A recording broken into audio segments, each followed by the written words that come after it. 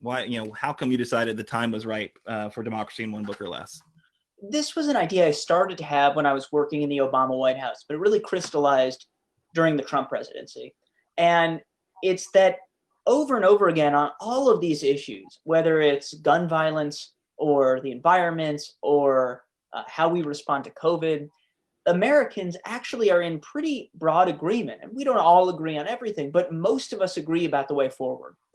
And yet, despite all of that, our government, our democratically elected representatives, keep doing the opposite of what the vast majority of American people want. And I had this realization that I studied American history in college. I worked at the White House. I know all the words to Schoolhouse Rock. And yet I couldn't really explain how our democracy actually works, how our system of government really works, and why it seems to not work very well. So I started learning about it. I started digging into it. And then I wanted to write about that for someone like me, because if a book is like too thick and too dense, I am not going to finish it, even if it's very important. So this is a book about why our system of government isn't working, but one for someone like me that even I could get through. That's awesome. Next question, Kimberly. Well, I'd like to know, in reading the book, I noticed that Mitch McConnell is mentioned quite frequently, actually, and more than Trump. Why did you feel like Mitch McConnell was so important to the story about democracy? Well, I think when you look at the last 40 years, and to me, this is really a book about how democracy has changed within my lifetime. I'm 33. Mitch McConnell's Senate career, as you all know, started 35 years ago, 36. So Mitch McConnell's Senate lifetime and my lifetime are roughly the same.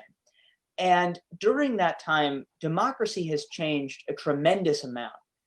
In almost every way, our system of representative government is less representative than it used to be. It's very representative for a handful of extremely powerful people, but for the majority of Americans, if you're watching this, you have less political power than you would have 30 years ago.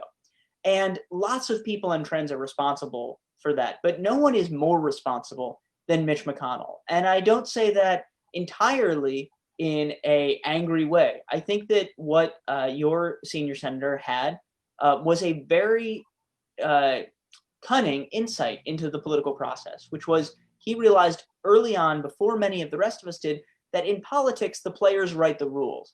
And so for the last several decades, while many of us were focused on the players on the field, who's giving what speech, which bill is working its way through Congress, Mitch McConnell was behind the scenes, quietly rewriting the rule book. And he's been very, very successful. If it had not been for his tremendous success, I don't think we would have had Trump in the first place. So to me, Mitch McConnell and Trump are actually similar figures, but Mitch McConnell is much smarter and he's a much more consequential figure in American history.